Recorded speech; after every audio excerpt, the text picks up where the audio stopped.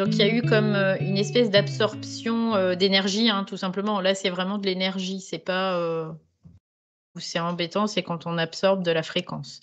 Parce que là, quand on absorbe la fréquence, ça va influencer. Ah, ça, c'est super intéressant comme information. Ça va influencer en fait les différents corps.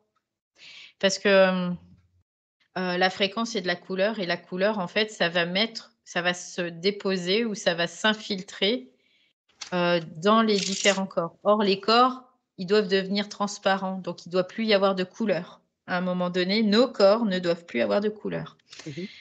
Donc, les couleurs correspondent à des fréquences. D'accord. OK.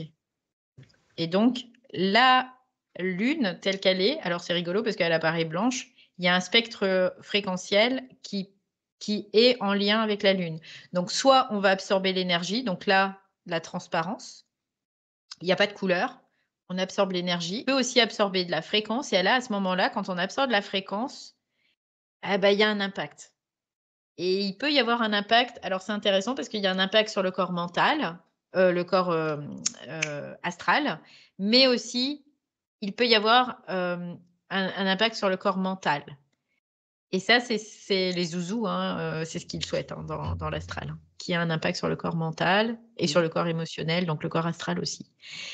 Il y a cette aura qui s'est chargée euh, dans l'aura, donc aussi dans le corps astral qui s'est chargé d'énergie magnétique. OK.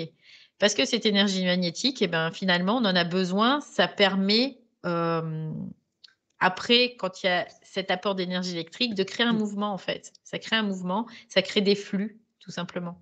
Et ces flux, c'est important pour que l'information puisse circuler. Parce que l'information, c'est quoi? C'est la vibration, en fait, hein. C'est juste une vibration qui va circuler via un flux d'énergie.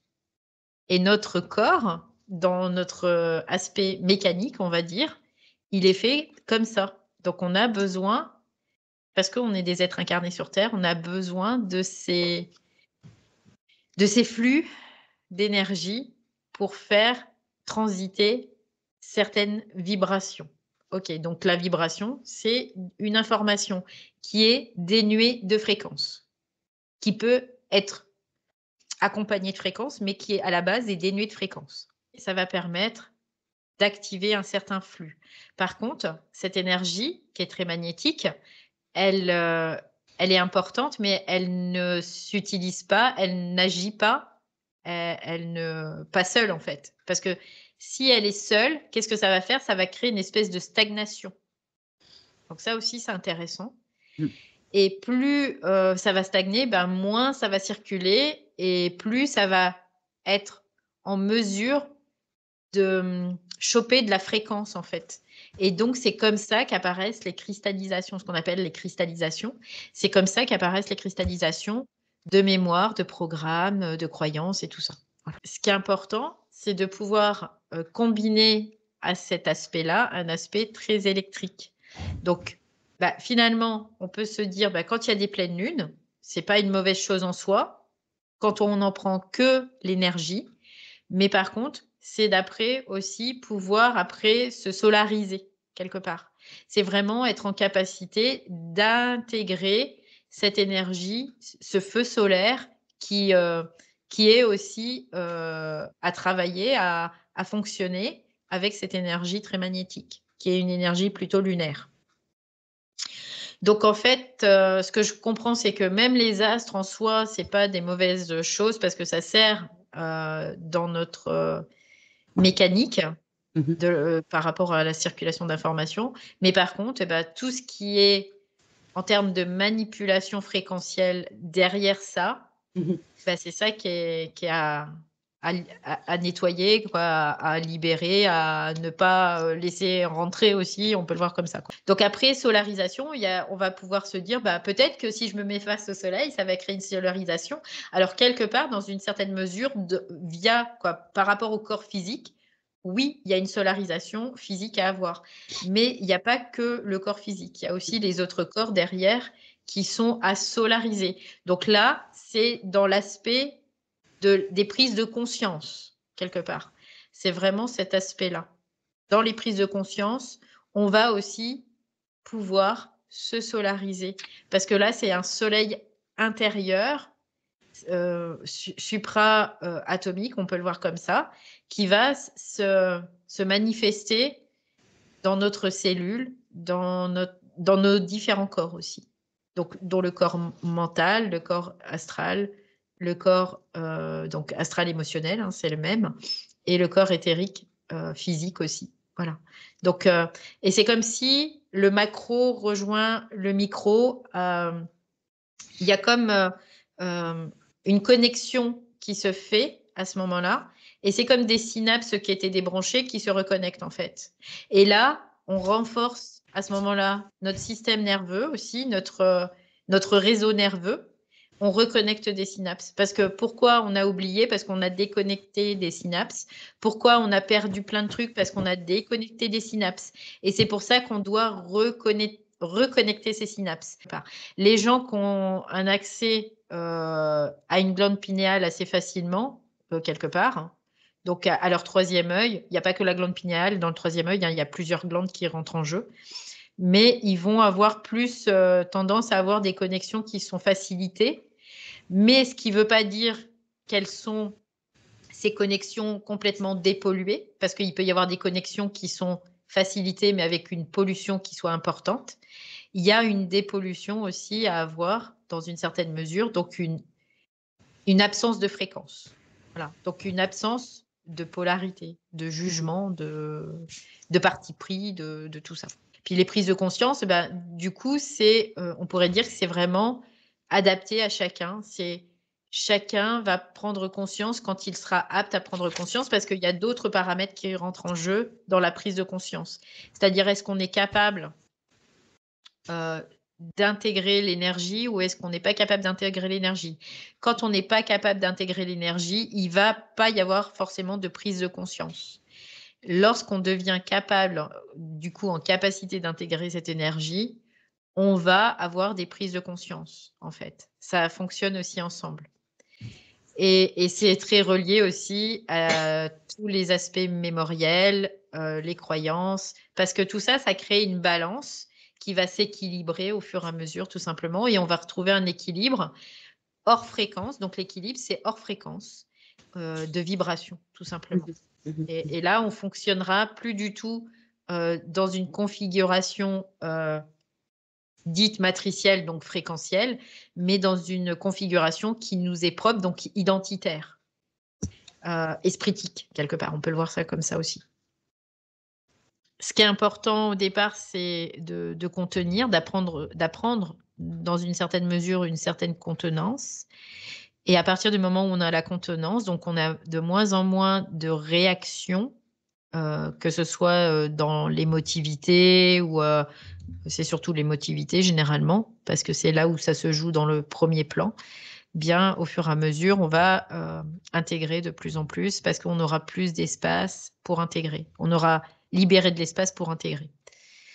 L'absence d'émotivité, en fait, c'est la libération d'espace, de mémoire en nous, dans nos différents corps, et notamment dans le corps astral, mais qui se manifeste aussi dans le corps mental, qui passe par le corps mental. Ok. Parce que la fréquence, dans une certaine mesure, c'est comme tout à l'heure, je disais, bah, quand on va chercher sa baguette de pain, ça peut être utile, hein, tout simplement, pour soi. Ça ne veut pas dire qu'on en a absolument, dans l'absolu, la nécessité, mais à une certaine strate, on en a besoin. Donc, il y a ces fréquences qui rentrent et vous allez garder quelque chose, vous allez redonner quelque chose, et puis au fur et à mesure, quand vous en aurez plus besoin, pouf, vous allez les rejeter. Et ces fréquences, c'est vraiment l'aspect limité de la conscience. C'est vraiment le monde astral. C'est un monde de fréquences, le monde astral. C'est uniquement un monde de fréquences qui est manipulé par les zouzous pour nous induire, hein, tout simplement. Et d'ailleurs, quand on dit on se met en état d'hypnose, on a une modification fréquentielle qui est mesurable, hein, scientifiquement, des ondes cérébrales, bien évidemment. Donc ça, c'est de la fréquence, encore une fois. Donc c'est intéressant parce que après, c'est de sortir de cet état d'hypnose, entre guillemets, donc de cet état fréquentiel, pour atteindre un état vibratoire. Donc après, ces programmes, ils peuvent être en effet fréquentiellement utilisés pour faire transiter de la marde, on va dire ça comme ça, voilà, tout simplement. Et ce qui est le cas, par exemple, dans les pic-pics. C'est ça. Voilà. Parce que ces pic-pics, en fait, il y a un rayonnement, Oui. qui est un rayonnement fréquentiel, encore une fois, là, je le vois. Rayonnement fréquentiel. Et voilà, c'est ça, d'où le ressenti. Et après, il y a un aspect assez magnétique, en fait, à ces programmes. Et c'est peut-être pour ça que je les vois sous forme de pièces de puzzle, parce que je me dis, si je vois une pièce de puzzle, c'est qu'il doit y avoir une autre pièce de puzzle qui doit s'intriquer là-dedans, quoi, et qu'on n'a pas peut-être forcément là, en tout cas, qui fait que ça transite, on arrive à les évacuer, mais c'est pas neutralisé quelque part. Voilà, c'est un peu cette idée-là. Donc maintenant, j'aimerais aller plus loin, de me dire, qu'est-ce qui manque? Qu'est-ce qui manque vraiment pour... Alors, j'entends dégradation. Alors, dégradation du terrain. Alors, dégradation du terrain, c'est ce que là, j'ai comme information. Alors, à quel niveau la dégradation du terrain? C'est comme si c'était à tous les niveaux. C'est intéressant.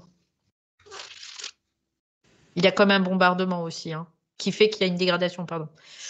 Donc là, on peut voir tout ce qui existe, tout ce qui est onde, tout ce qui est manipulation, quoi, tout, il y a tout. Vraiment, tout peut entrer là-dedans. Donc, qu'est-ce qui permettrait de pouvoir avoir cette partie manquante?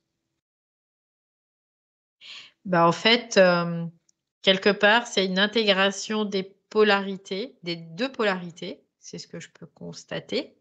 Parce qu'en fait, il y a une accroche quand il y a une accroche unipolaire. C'est-à-dire qu'il y a une polarité, soit positive, soit négative, qui est là.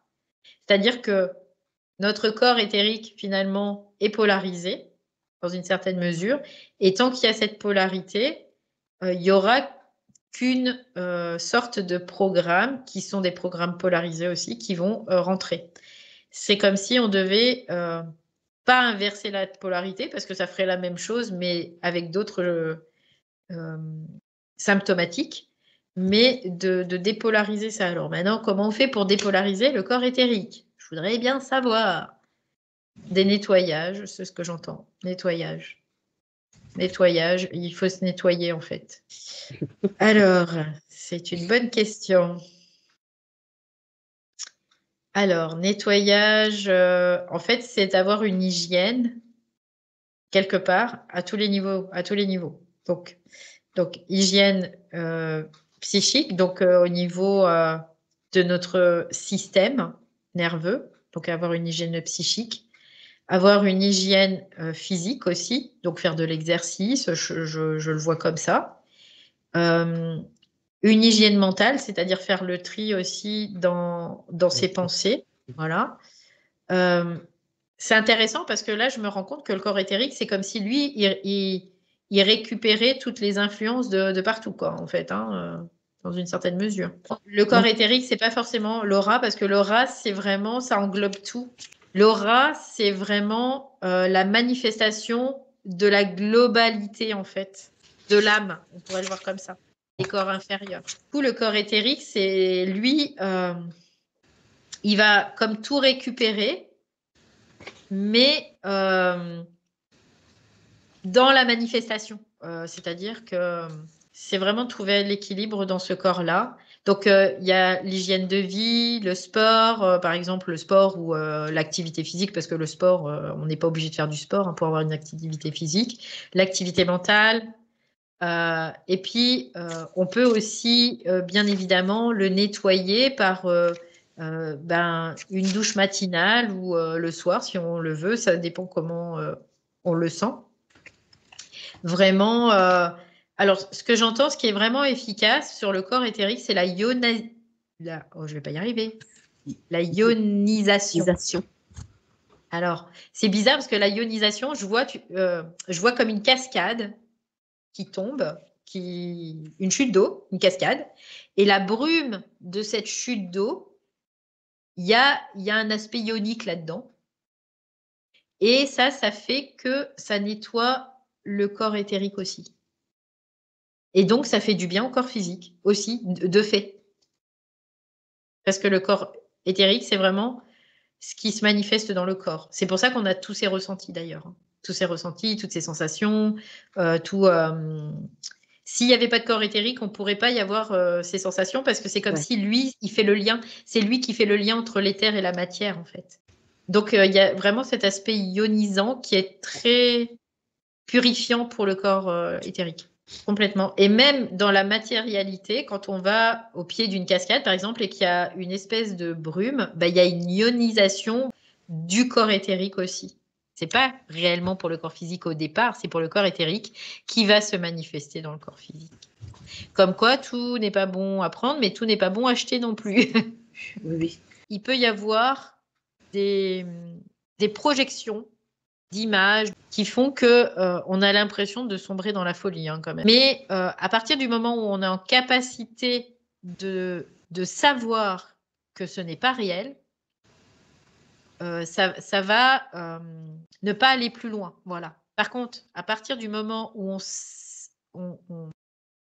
il y a une identification quelque part à cette réalité-là, eh bien là, c'est comme si ça allait dans des strates encore davantage plus profondes. Donc ça, c'est intéressant aussi de pouvoir le voir. Et c'est pour ça, notamment chez les personnes schizophrènes, il va y avoir des fois même des passages à l'acte d'agression parce que il y a une manipulation de la réalité de l'individu. Il y a une manipulation aussi du corps mental. Ils connectent à toutes les strates et ils vont impacter à toutes les strates. Et à ce moment-là, ils peuvent faire ce qu'ils veulent de l'individu, quelque part. C'est-à-dire que l'individu se retrouve complètement piloté et il sombre dans une espèce de folie parce que c'est pas naturel quoi de vivre ça. Et en même temps, il est plus en capacité de faire la différence. En fait, il est plus en objectif, il est plus en capacité de faire la différence entre ce qui est réel et ce qui est pas réel, tout simplement. Il y a des états de confusion qui se créent. Voilà. Plus le subir, on va l'utiliser pour notre conscience. Donc ça va nous permettre, c'est un tremplin en fait. On va faire que c'est un tremplin. Par contre, tant qu'on le subit, c'est eux qui nous utilisent quelque part. Plus ça va, plus on constate quand même que y a de plus en plus de personnes qui sont à comment dire, reprendre possession de leur espace et du coup à faire en sorte après qu'il y ait de moins en moins d'impact. Ça ne veut pas dire qu'ils ne seront plus là, mais il y a moins d'impact, de moins en moins d'impact, et il y aura de moins en moins d'impact jusqu'au jour où certainement il y en aura plus d'impact. Ils peuvent nous induire des rêves, ils peuvent nous induire plein de choses. Donc, s'ils nous induisent des rêves, ils peuvent nous induire aussi des hallucinations quelque part. Quand ils ont la main mise. Quand ils n'ont pas la main mise, après, ils peuvent plus. Mais voilà.